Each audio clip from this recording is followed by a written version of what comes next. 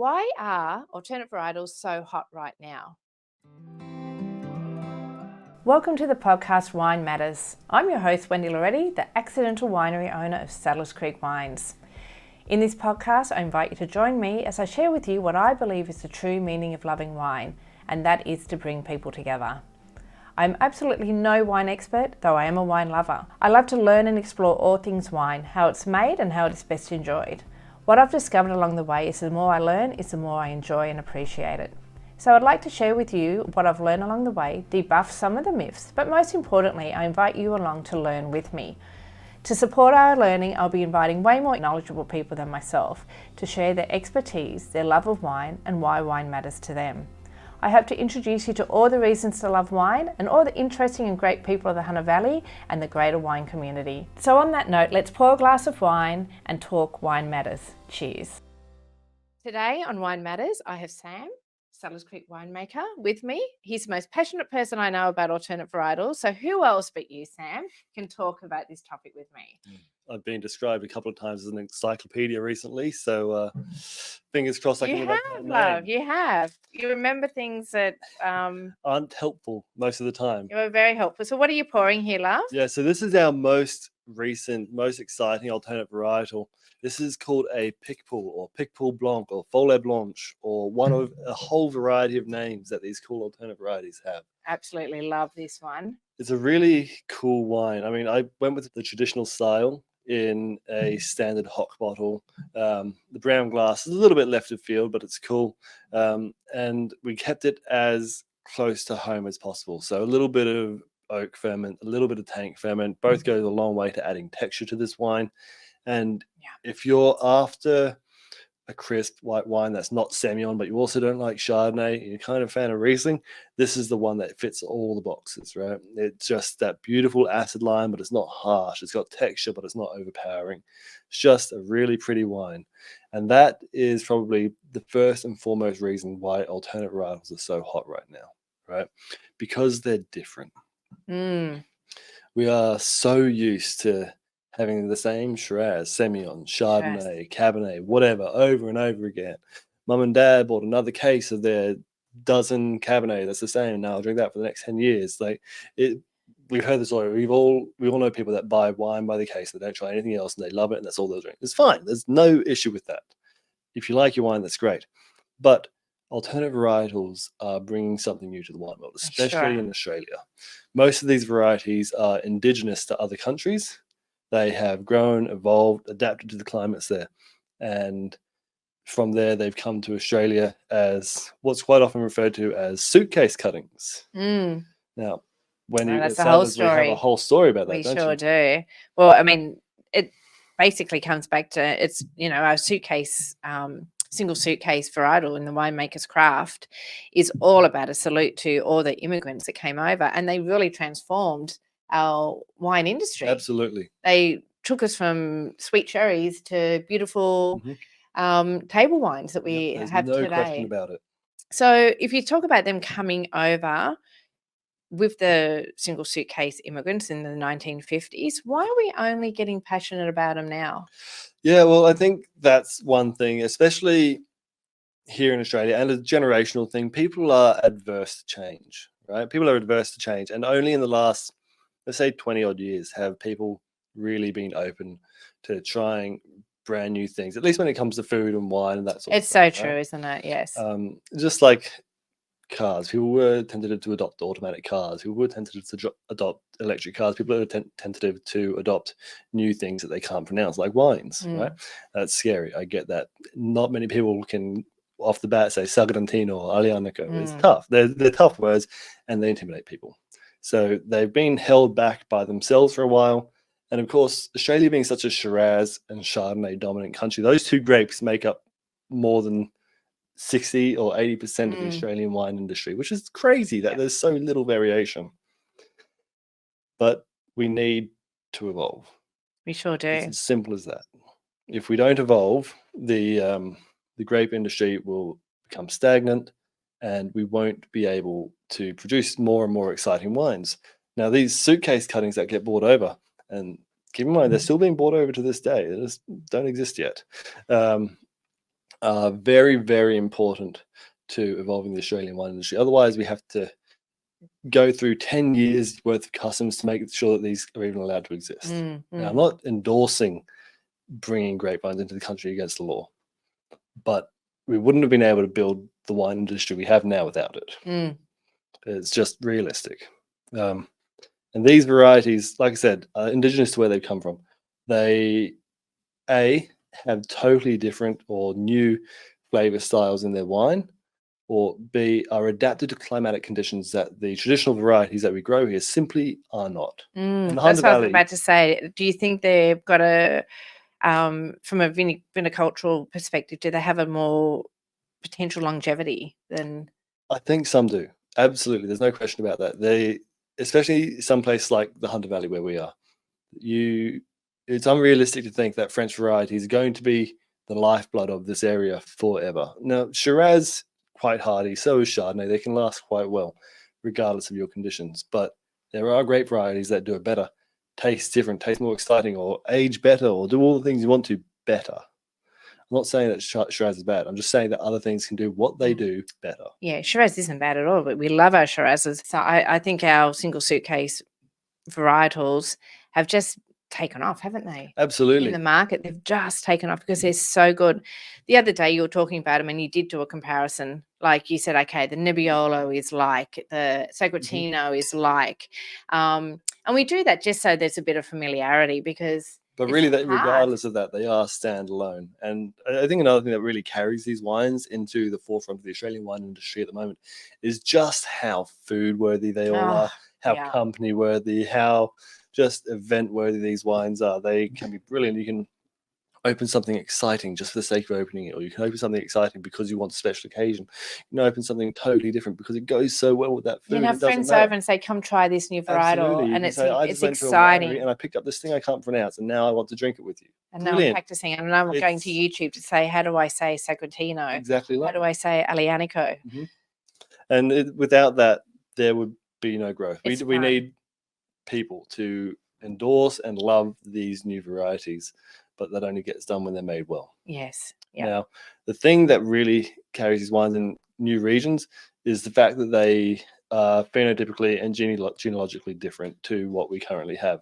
Shiraz, Chardonnay, all those can be quite thin-skinned, and in the Hunter Valley, that makes them quite prone to disease. That's bad. We don't want disease. We want the cleanest, healthiest, freshest fruit we can possibly find.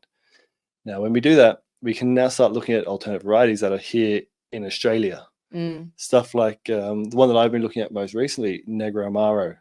It ripens quite late, but because we get such hot weather in the Hunter Valley these days and so much rain, that's not a problem. Whereas once upon a time, 20, 40, 60 years ago in the valley, that would have been really tough. It also has such thick skins that it is very disease resistant. And so because of that, it makes itself a home in the Hunter Valley, but it's never been here before. There's never been any record of Negro Amaro here. There's never been any record of a whole bunch of alternative varieties that exist out there that could be better. And so at this stage in the Australian wine industry, it's all about experimentation. Yes. Right? That's what's so important.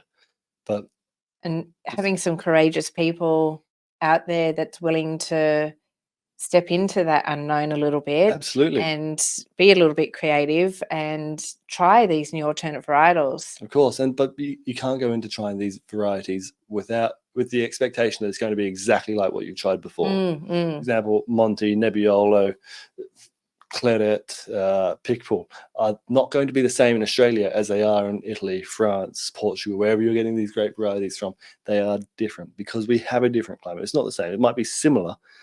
It's not the same. I was about to ask you that because when I've been in Italy and I've had a Nebbiolo and then I've had our Nebbiolo here, it's quite different. Absolutely. I think something that's quite often lost on people, especially people that don't have a formal wine education, is that overseas, especially old world countries, France, Italy, all of those sort of places, they have very strict rules on what can be done with the wine and how it's made. Which is fine because it means that they are very consistent in their winemaking. It's going to taste like this because you have to do it this way. It's as simple as that. In Australia, we don't have those rules. We have the ability to experiment. We have the ability to blend that with that. We have the creative, ability to be innovative. Exactly. We have option to be innovative. And so Australian wine will never be like anything else in the world because we're innovative. They're like, you cannot take a wine from our winery and go anywhere else in the world and put our wine next to theirs and say that they're the same. It's just not going to happen. I think that's one of the most, well, for us being a boutique winery, I think we have wines on our portfolio that you just won't get anywhere else in the world. Absolutely. You know, we have Chardonnays that is a blend of Hunter Valley and Langhorne Creek. No, there's no one else in Australia that we know of that has that. I mean, even with our new alternate varieties, we've got our Picpoul, we've got our Aglianico, Barbera, Sagretino, Nebbiolo, a couple of more things. I think we have a Malbec that we just blended the other day, but don't talk about that. Not yet.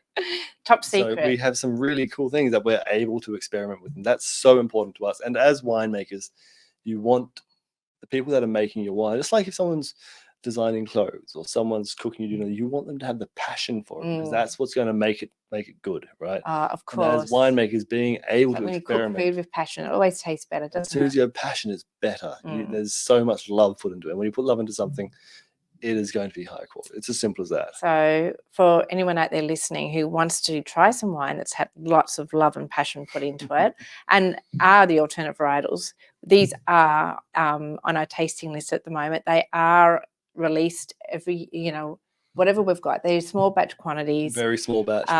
It's very experimental. But they're experimentally experimental is not bad, but not in quality. The quality is amazing in these wines. I think a good way, I like to consider us as forerunners. You need someone to take the charge before everyone else is going to have a crack at it. And sure, you get people that go to somewhere and say, I just want whatever the normal thing is, and that's fine. But there are people that want new.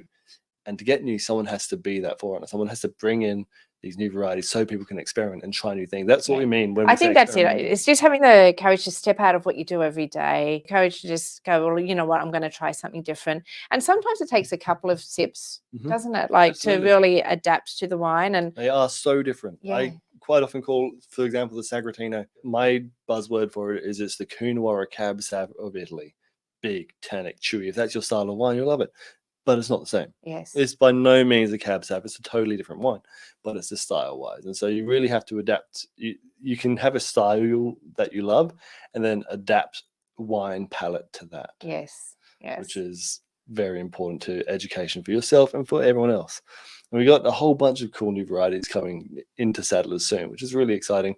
We've been looking at top working the Merlot. Now, top working is winemaking jargon. That just means I'm going to cut the head off the vine and graft it over with something else so we can grow a new species without killing the grapevine. That way we don't have wasted life. That is the last thing I want for our grapevines to die. They've been there for the better part of 30 years. I want them to keep staying there. But doing this allows us to try a new varieties without being destructive, which is very exciting. Yeah. I've done lots of research into what I think can grow well. You can grow Greek varieties are looking very good. Zinamavo, there's technically none in Australia. There you go. But there might be. There's none, but there could be. Our research says there's none, but Italian varieties, especially stuff that's down near the Mediterranean, anything that gets hot, humid weather, it's great for the Hunter Valley at the moment because that's all we get. We have two temperatures, hot or too hot, but also wet. It's just tough to grow grapes. Once upon a time, the Hunter Valley was brilliant for growing grapes.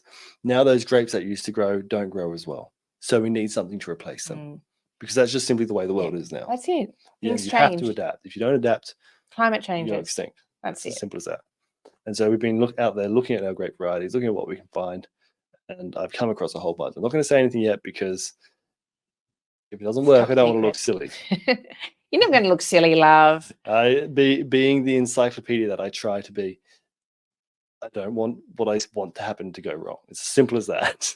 Because then I'm proven wrong. Okay, so we'll wait and see. But there's some really cool varieties out there that have a whole lot of potential to grow in the Hunter Valley. That have a whole lot of potential to grow all over Australia.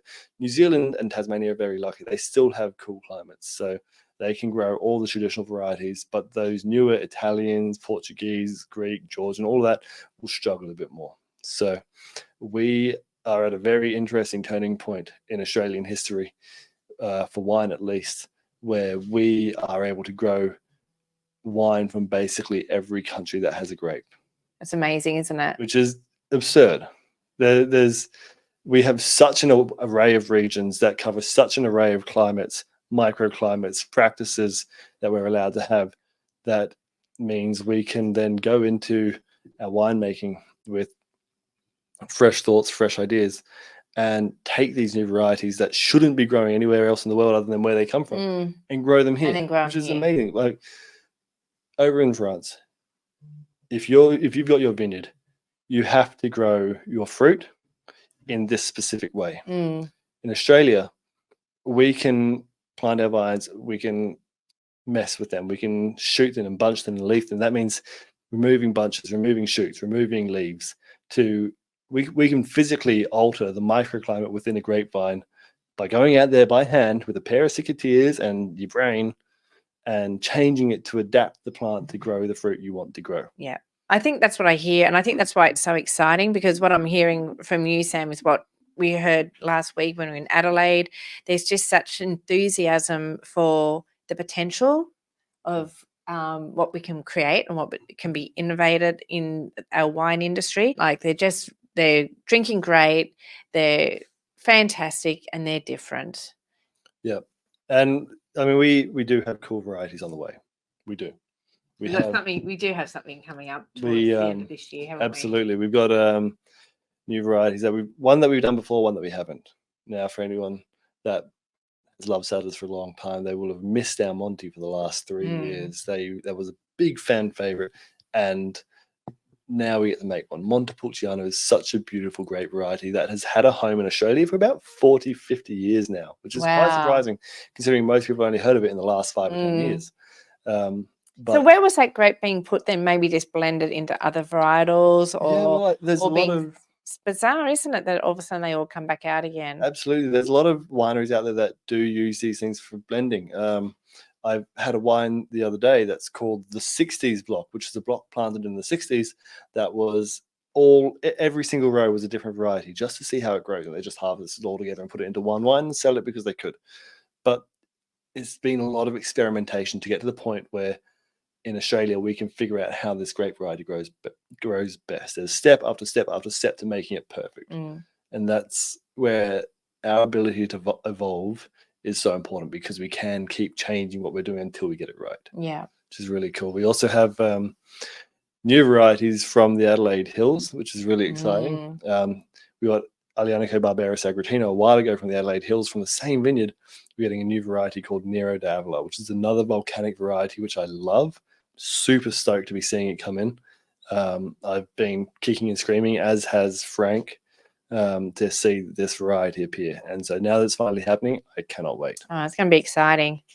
Lots of good things ahead, basically. Yep. So if you haven't tried an alternate varietal, I encourage you to do it. I encourage you to come visit us and try ours, of course, because I think they're amazing and they're sensational. And of course, like we've said before, you get up close and, you get to chat to our team, and he can really tell you all about the experience from grape to glass, essentially. So we've got the 4 varietals right now. With more on the way. More on the way. But right now you can have the Nebbiolo, the Aglianico, the Barbera, and the Sagrantino. So please come in. We've got a fantastic tasting in the cellar door at the moment. That's a featured tasting. So come along and get to experience these great Absolutely. new Don't varietals. Forget, alternate varieties are the future of Australian wine. They sure are. Full stop. Cheers, Sam. Where you go, love? Why does wine matter to you? Wine is important to me because it gives me the ability to be creative in a professional environment. I get to experiment. I get to try new things. I get to push forwards wines that I think are cool, that I think are fun, that I think are interesting, and force them upon people, which is my favorite thing to do, is to make people try things that they've never tried before, especially when it comes to varieties or styles of winemaking. We have what we call the tantrum wine. It's the story you have to ask about when you come to the cellar door. We have new varietals like the Picpoul. There's 3 of those in the valley, and every single person makes it differently. We have Sagrantino, which is one of the rarest varieties in the world. Getting the opportunity to play with these things is why I love wine and winemaking. Lets you be creative and live your artistic life. That's it. Amazing. Thank you, Sam. All good. Until next time, honey. Thanks, Wendy. Cheers. Wine matters.